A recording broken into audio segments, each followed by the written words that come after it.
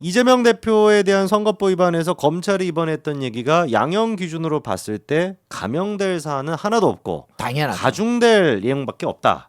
그래서 가중되는 사안으로 6가지 정도를 얘기를 했는데 네. 그 6가지 중에 한 가지가 놀랍게도 이재명 대표가 이 선거법과 관련된 재판의 증인도 회유랑 압박을 하려고 한 거 아니냐. 약간 이런 얘기도 지금 나오고 있습니다. 당연하죠. 공무원들한테 얼마나 압박했겠어요. 그렇죠. 자, 그런데 우리가 선거법 위반에 대해 가지고 하나하나씩 좀 봐야 될 텐데 일단 그거는 좀 어떻게 들으셨습니까? 그 변호사님. 국정감사에서 이재명 대표가 박근혜 정부 국토부가 협박했다라는 워딩을 썼는데 이거를 이제 이번에 재판에서는 말이 꼬여서 그렇게 얘기했다라고 했거든요. 근데 왠지 알아요? 네네. 보세요. 협박을 했다. 어. 근데 그러고 나서 그때 국토부 사무관인가가 법정에 가서 증언을 한 거예요. 우리 그런 거 한 적 없다. 한 적이 우리 없다. 이렇게 공무원에 정식적으로 했다. 그러고 나니까 갑자기 또 태도가 이렇게 바뀐 거야. 그렇죠. 그게 순서가 있는 거예요. 진실이 법정에서 밝혀져서 어떻게든 이제 거짓말 할 수 없는 상황이니까 말이 꼬였다. 술 자셨어요? 아니 말이 꼬이는 거, 혀가 꼬이는 거는 술을 자셨을 때나 하는 것이지. 그렇죠. 네. 어떻게 팩트가 바뀌냐고요, 계속. 자기 아버지는 도박을 안 했다가 갑자기 성실하게 도박을 했다가 성실하게 사는 사람으로 갑자기 돌변을 그렇죠. 하잖아요. 돌변합니다. 네. 이재명은 입만 벌리면 기존에 했던 이야기 다른 이야기를 하는 거예요. 분명히 이재명이 과거에 이제 자기 그 회고록 같은 거에서 아버지가 도박으로 인해서 가산을 탕진했다. 그렇죠. 라고 써놨는데 또 2014년도였나요? 이후에는 또 갑자기 아버지를 성실하셨다. 어떤 그 근로자였다라는 식으로. 맞죠. 아버지는 돌아가셨거든요. 진짜게. 그럼요. 네. 근데도 이제 갑자기 또 돌아가셨으니까 진실을 알 수가 없는 거야. 진실을 알 수 없는 이야기만 계속하는 거예요. 이재명은. 이재명 대표는 생일이 언제죠? 모르겠네요. 생일도 이제 날마다 바뀐다는 얘기가 있는데 어쨌거나 이재명 대표의 아버님이 저번에 이야기했잖아요. 저 사람 알에서 나왔다니. 알을 찍고 나왔다고요. 이재명은 사람 몸에서 나온 게 아니에요. 알을 찍고 나왔다. 알을 깨고 나온 게 찍고 나왔다고요. 알짓 그렇습니다. 이재명. 알찐남. 알찐남. 그래서 이번에 정혁진 변호사님이 이 지금 말이 꼬였다라고 하는 말 자체가 자기가 보기에는 이게 좀 일종의 자백 아니냐. 그러니까 어쨌거나 재판에서 국정감사장에서 자기가 잘못 얘기했다라는 걸 시인한 거랑 똑같은 거 아니냐 이렇게도 보시더라고요. 그죠. 자기가 이야기했던 것 자체가 틀린 이야기를 했다라는 거를 그냥 인정한 거죠. 무슨 당연한 이야기죠. 그렇죠. 네. 그리고 이번에 좀 변한 것도 한 가지 더 있었습니다. 원래는 박근혜 정부 국토부가 협박했다라는 거였는데 이번에는 이제 그 박근혜 검찰. 정부 당시에 이제 그 행안부랑 아하. 청와대 비서실까지 자기를 압박했다라고 아하. 얘기를 했거든요. 근데 좀 의문인 게 청와대 비서실에 행안부까지 동원이 돼서 국토부까지 동원이 됐으면 대한민국에서 생각할 수 있는 행정 압박은 다 한 거잖아요. 네. 근데 이재명만 압박감을 느꼈다는 거예요. 아니요. 그러니까 네. 그 전후 사정이 되게 웃겨요. 음. 압박을 했는데 어떻게 압박을 했냐면 이재명 네가 돈을 챙기라고 압박을 한 거야. 그 압박이라는 게 4단계 상향이 되면 누가 줬냐고. 그렇죠. 성남시가 줬고 그거 돈 다 챙기는 거 아니에요. 그냥 금싸라기가 된 게 그러니까 아니 돌이 금이 되는 거예요 그냥. 돌이 금이 된다. 돌이 금이 되라고 그냥 정부가 압박을 해서 내가 어쩔 수 없이 돌을 금으로 받았다.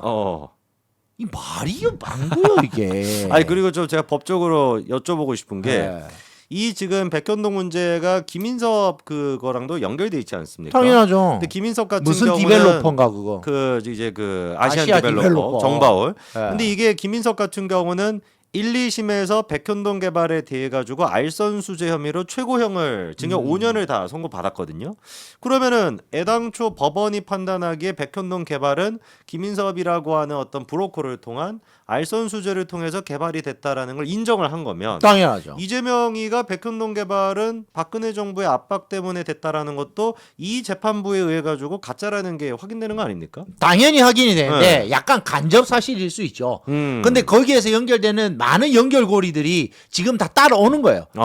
관련 재판이기도 하지만 김인섭이 누굽니까? 이재명 선거 캠프 돈 내준 사람이에요. 그렇죠. 선거 자금을 대준 사람이라고요. 그 사람이 로비스트로 가가지고 뭔가를 했다? 그럼 그 사람이 뭔 힘으로 가냐고요. 그렇죠. 이재명을 등에 업고 하는 거 아니에요.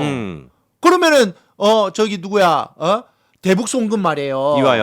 이화영도 누구를 등에 업었냐고요. 당연히 이재명이죠. 이재명을 등에 업고 하는 거 아니에요. 그렇기 때문에 이 모든 것의 정점은 그냥 이재명인 거예요. 정점은 이재명이다. 그리고 최대 수혜자가 누구냐? 이재명인 거죠. 그럼요. 이재명이가 본인 돈이 없잖아요. 그러면은 자 경기도지사 선거, 대통령 선거 무슨 돈으로 치를 거냐고요. 경선을 해야 되는데. 그렇죠. 여러분 경선은 지돈 갖고 하는 거예요. 경선에서 떨어지면 돈 다 날리고 한 푼도 보상을 못 받아요. 몇 억 금은 날라가네요. 네, 참고로 우리 조 변호사님께서도 조타박스에서 조태푸타가 됐던 조태부다 조상규 변호사입니다. 조태부다 조상규 변호사입니다. 그렇습니다. 그래서 이번 재판에서 또 눈에 띄는 게 이재명 대표가 그 당시 실무를 담당했던 도시계획 과장을 거론했습니다. 그럼 뭐라고 얘기를 했냐? 자기가 도시계획 과장이랑 연락을 해봤더니 이 과장이 나한테 얘기하기를 국토부한테 엄청 깨졌습니다 라고 나한테 얘기를 했다. 그러니까 과장 또한 마찬가지로 압박을 느낀 거 아니냐 이렇게 이제 법정에서 얘기를 했는데 검찰의 얘기는 뭔 소리냐, 그 과장은 이미 작년 12월도 그렇고 이번에도 그렇고 이재명한테 이렇게 뭐 깨졌다라는 얘기를 한 적이 없다라고 한다. 그랬더니 이재명 얘기가 그거야 검찰이 또 회유했기 때문에 그런 거죠. 검찰이 이제 또 허위 진술을 시켜서 그런 거죠. 이렇게 또 맞받아쳤고요. 그리고 또 지금 관련돼 있는 공무원들이 한 20명 가까이 되는데 수명 중에 어느 누구도 압박을 받았다는 얘기를 안 하고 있습니다. 그거는 어떻게 생각하냐? 공무원들이 일치 단결해서 이재명을 음해할 이유가 없지 않냐? 이랬더니 이재명의 얘기는 또 검찰이 무서워서 그랬겠지요. 이렇게 얘기합니다. 근데 여기서 의문인 법원에서 게, 증언한 사람 법원이 무서웠겠지 뭐. 그러니까요. 의문인 게 애당초 이재명이가 그 과장이라고 하는 사람, 증언을 하는 과장한테 연락을 취하는 것 자체가 이 위법한 거 아닌가. 당연하죠. 검찰은 그래서 이게 이제 가중사항 중에 한 가지라고 본 거거든요. 당연하죠. 왜냐하면 증언을 해야 될 사람을 미리 접촉해서 자기가 원하는 방향이 이거라고 설명한다는 것 자체가 증언을 오염시켰다라고 우리는 표현을 해요. 오염을 시켰다. 그래서 판사가 항상 증인 피고인을 오기 전에 만난 적 없죠? 뭐 이런 식으로 이야기를 해서 물어봐요. 만난 적도 없어요. 만난 적 이야기 안 했죠? 예, 이렇게 이야기. 얘가 뭐예요? 증언이죠. 이거 틀리게 하면 뭐예요? 이것도 위증되는 거죠. 근데 이게 지금 웃긴 게 무려 한 지금 검찰이 확인한 것만 한 4명이 됩니다. 네. 이재명 측에서 접촉을 한 게.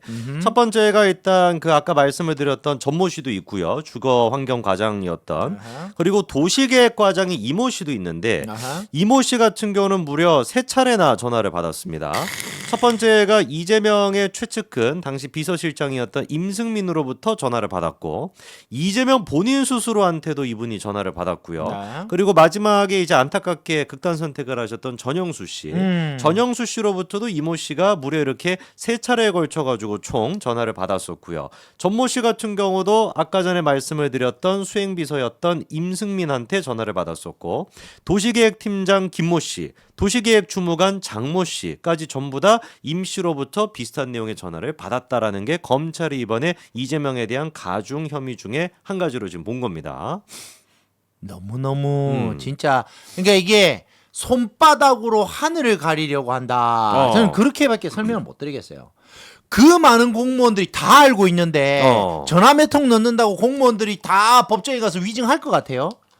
아니에요. 공무원들은 위증할 만한 그런 이해관계가 없어요. 리스크를 떠안을 이유가 없어요. 굳이 이재명을 위해서 왜? 그러니까 뭐 이재명 뭐 선대위에 들어가 있는 것도 아니고 그렇죠. 공무원은 정상적으로 정식으로 적법하게 일을 처리하는 직업 공무원들이에요. 그렇죠. 직업 공무원들은 위증하기 쉽지 않아요.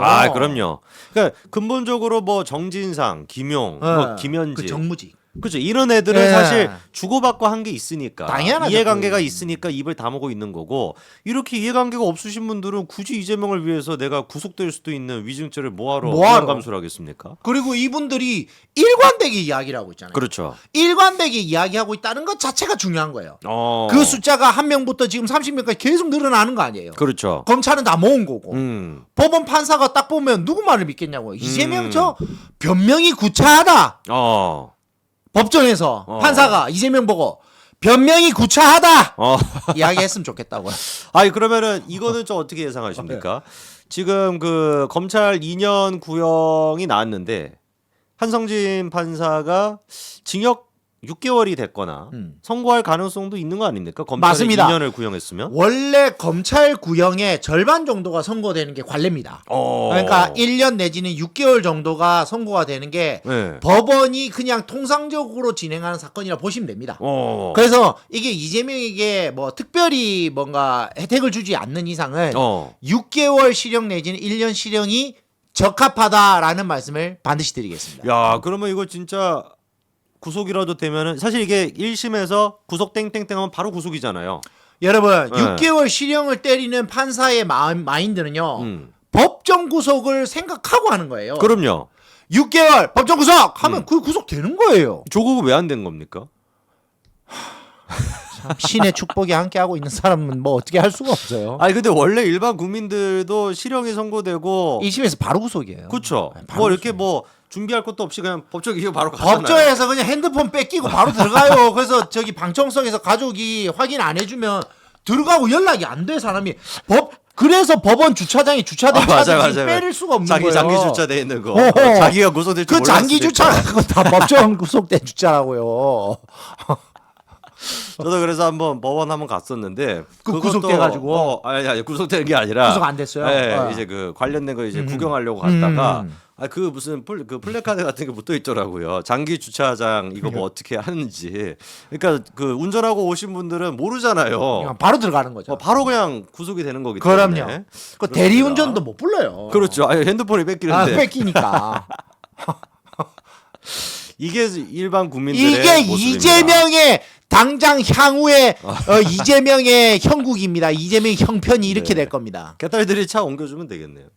대리기사 개딸 대리기사가 있겠네요. 네. 카니발이라 가지고 쉽지는 않겠지만. 맞습니다.